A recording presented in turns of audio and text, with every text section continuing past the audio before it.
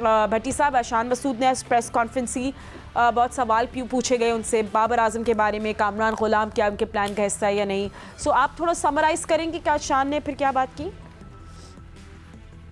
फातिमा, शान मसूद की जो जितनी मैंने प्रेस कॉन्फ्रेंस सुनी है, क्योंकि अभी भी वो प्रेस कॉन्फ्रेंस चल रही है, वो तो कह रहे हैं कि भाई प्रेशर होता है, और मतलब जो उनकी बॉटम लाइन यही है कि भाई जो गुजर गया वो गुजर गया, अब हम आगे बढ़ेंगे और पाकिस्तान क्रिकेट को जीत के साथ राइट ट्रैक पर डालेंगे।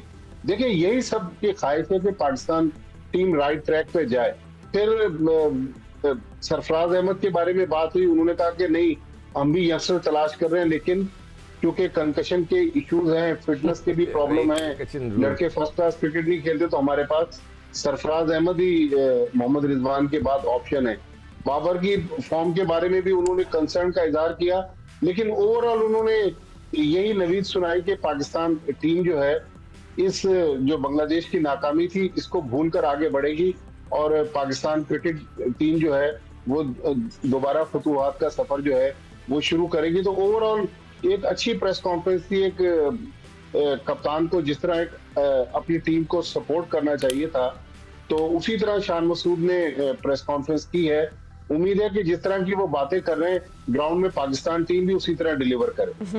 एंड बिल्कुल, आई थिंक, और ये उन्होंने बात की थी, will take it test to test, मतलब कि वो लोग स्क्वाड को चेंज करेंगे फर्स्ट टेस्ट के बाद for the second test as well. तो वो पहले से सब कुछ अनाउंसमेंट नहीं करना चाह रहे थे, they want to make changes, ये जो उनकी बातों से लग रहा है। So let's see, England tour करेगा पाकिस्तान को to play 2 test and everyone is really excited in Multan and hoping कि हमें कोई ज़बरदस्त एक्शन को मिले। अच्छा सिको, आप you want to say something about this, क्योंकि मैंने वापस चैंपियंस वनडे कप नहीं, मैं फाइनल की बात करना चाह रहा हूँ। अब वापस हमारे याया से भी पूछ लो कि उसने भी शायद प्रेस कॉन्फ्रेंस सुनी हो, क्या कहा कुछ। चले आप अपने चैंपियंस वनडे पे बात कर ले। लेट्स से शान के बारे में और बात करें। हाँ, चैंपियंस वनडे फाइनल का उसी का मैंने कल मजबूरी में बहुत ही मजबूरी में बैठ के देखा, इसलिए कि इट वाज टेस्टलेस, बिल्कुल कोई बेचारे इस फाइनल, ये फाइनल था और इतना बदमज़ा फाइनल मैंने कभी नहीं देखा।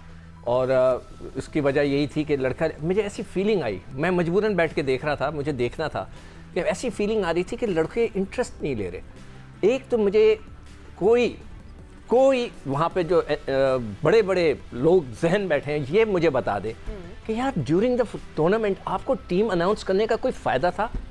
कल रात नहीं हो सकती थी टीम अनाउंस? सारे लड़कों का मोरल डाउन था, उनको पता था अब तो टीम अनाउंस हो गई है, क्या करना है, जिस तरह वो खेल रहे थे। नंबर 1। नंबर 2, साजिद खान पहले कहाँ था? आप लोग पूरा पाकिस्तान स्पिनर ढूंढ रहा था ना सर। आप लोग के सेलेक्टर वहाँ बैठे हैं और बड़े बड़े क्रिकेटिंग ब्रेन्स वहाँ बैठे हैं, आपने पहले क्यों नहीं उसको रखा? क्यों नहीं रखा? आप स्पिनर ढूंढ रहे, आप नुमान अली को लेकर आ गए ना बगैर खिलाए उस टूर्नामेंट पे, तो यार ये साजिद खान बेचारे को क्यों नहीं रखा आपने?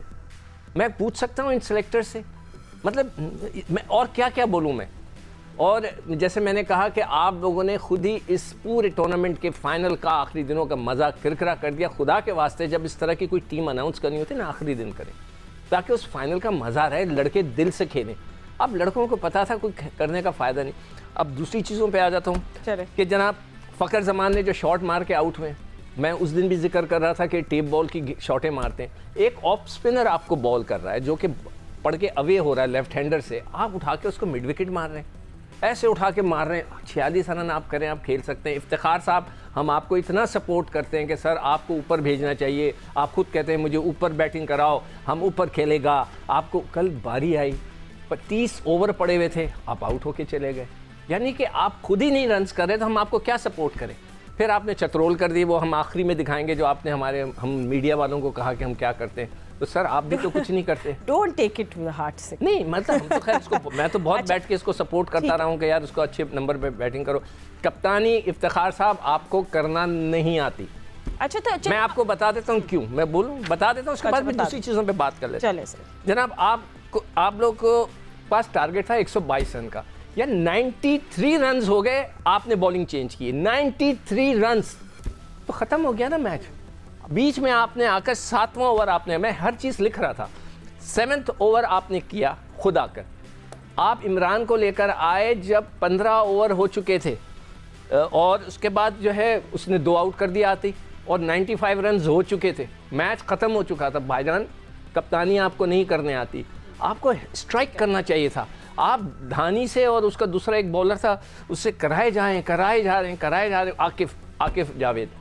भाई सारे रन्स उन्होंने दे दिए। जब 92 रन्स हो गए तो फिर आप बॉलिंग चेंज कर रहे हैं। ये आपकी कप्तानी थी। बस अब आप कोई और बात। ठीक है, सो यार, do you think Shadab was Indeed the better captain? और मतलब जो उन्होंने भी इस टूर्नामेंट में हमने देखा उनकी बड़ी इंप्रूवमेंट भी आई as a bowler as well. इनकी फॉर्म नहीं सही चल रही थी, नहीं चल रहा था ना, उनसे बॉलिंग हो रही थी। So have you seen that change in him as well इस टूर्नामेंट में? फातिमा, किस्मत हमेशा बहादुरों का साथ देती है और इस टूर्नामेंट के जो क्वालिफायर से लेकर एलिमिनेटर तक पाकिस्तान क्रिकेट बोर्ड ने डिसीजन लिया कि टीम अनाउंस कर दी और उसके बाद टीमें खाली हो गई और जिन खिलाड़ियों पर वो बैन कर रहे थे इस टूर्नामेंट में उमदा कारकर्दगी का उन्होंने मुजाहरा किया था, वो टीमें जो हैं वो फिर इन बड़े मैचों में जो है वो बिल्कुल खाली दिखाई दी। खासतौर पर मार्क 4 की मैं बात करूंगा जिसको रिजवान लीड कर रहे थे, फिर स्टैलियंस की मैं बात करना चाहूंगा जिसको शोएब मलिक मेंटोर कर रहे थे, हारिस जो है उसके कप्तान थे। खैर उनका तो सेकंड एलिमिनेटर हुआ ही नहीं। लेकिन जहां तक साजिद की आप लोग बात कर रहे हैं तो साजिद को पैंथर्स ने खिलाया ही नहीं। साजिद उनके स्क्वाड का हिस्सा थे। उनको कल टूर्नामेंट में पहली बार खेलने का मौका मिला और कल उन्होंने मैच विनिंग स्पेल किया और फाइनल में अपनी टीम को जो है वो जितवाने में किरदार अदा किया। उनकी टीम में जगह नहीं बन रही थी। जहां तक आप ओवरऑल इस टूर्नामेंट की बात कर रहे हैं तो इस टूर्नामेंट से आपको क्या मिला? इस टूर्नामेंट से आपको मोहम्मद हसनैन मिले और मोहम्मद हसनैन ने जिस रिदम में बॉलिंग की है, कल उन्होंने टूर्नामेंट के बेहतरीन बॉलर का अवार्ड जीता। तो एक ऐसे टाइम पर जब शाहीन शाह अफरीदी स्ट्रगल कर रहे हैं, जब उनकी फॉर्म और फिटनेस के आगे बहुत बड़ा सवालिया निशान लगा हुआ है, तो पाकिस्तान क्रिकेट के लिए मोहम्मद हसनैन को मैं ताजा हवा का झोंका कहूंगा। लेकिन अब उनको खिलाना चाहिए और अब उनको टीम के साथ रखना चाहिए। वो पाकिस्तान टीम के लिए बेहतर साबित हो सकते हैं। लेकिन दूसरी तरफ आप देखिए कि कामरान गुलाम एक बार फिर कल मार्क 4 के लिए उम्दा कारकर्दगी का मुजाहरा नहीं कर सके।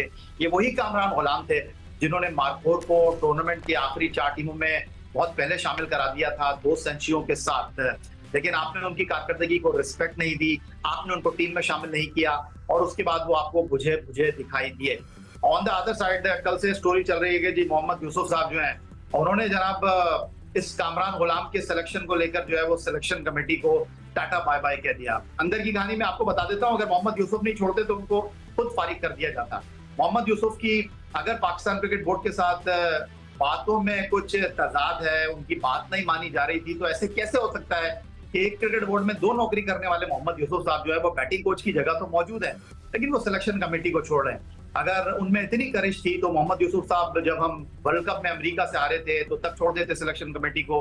मोहम्मद यूसुफ साहब जब बांग्लादेश से आ रहे थे तब छोड़ देते। तो ये सारी चीजें चलती रहती हैं। उन्होंने अपने आप को अलग किया और आप देखिए क्रिकेट बोर्ड ने थैंक यू वेरी मच उनको कह दिया, क्योंकि एक चीज बड़ी कैटेगोरिकली है इस क्रिकेट बोर्ड में।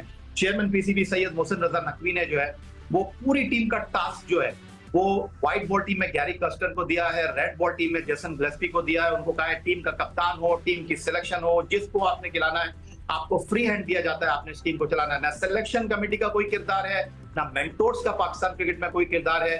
Whole and sole in charge Pakistan cricket में कप्तान और पाकिस्तान क्रिकेट टीम के 2 कोचेस।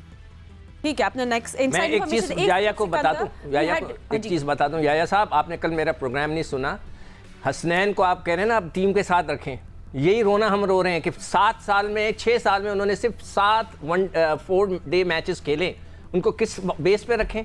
वो तो खेलते ही नहीं 4 रोज़ा मैच। और मैंने कल ये भी आपको स्टोरी दी थी कि राशिद खान ने मुझे फ़ोन करके बताया कि वो मैनेजर थे सिंध क्रिकेट टीम के और इन्होंने मना कर दिया था मैनेजर को कि मैं 4 रोज़ा क्रिकेट नहीं खेलूंगा। ये हसनैन साहब की कल मैंने स्टोरी बताई थी। अब आगे आपके तो और भी स्टार बॉलर्स नहीं खेलना चाह रहे, he is not the only one. और भी लोग कह रहे हैं ना उनको वहां बिठा दो, उनको खिला दो, सितारा मिल गया। भाई वो खुद खेलना नहीं चाह रहा, टेस्ट क्रिकेट कैसे खिलाएं? जब एक लड़का 4 रोज़ा क्रिकेट खेलने से उसने मना कर दिया, उसका मैनेजर हमें बता रहा है, तो फिर उसको कैसे खिलाएं?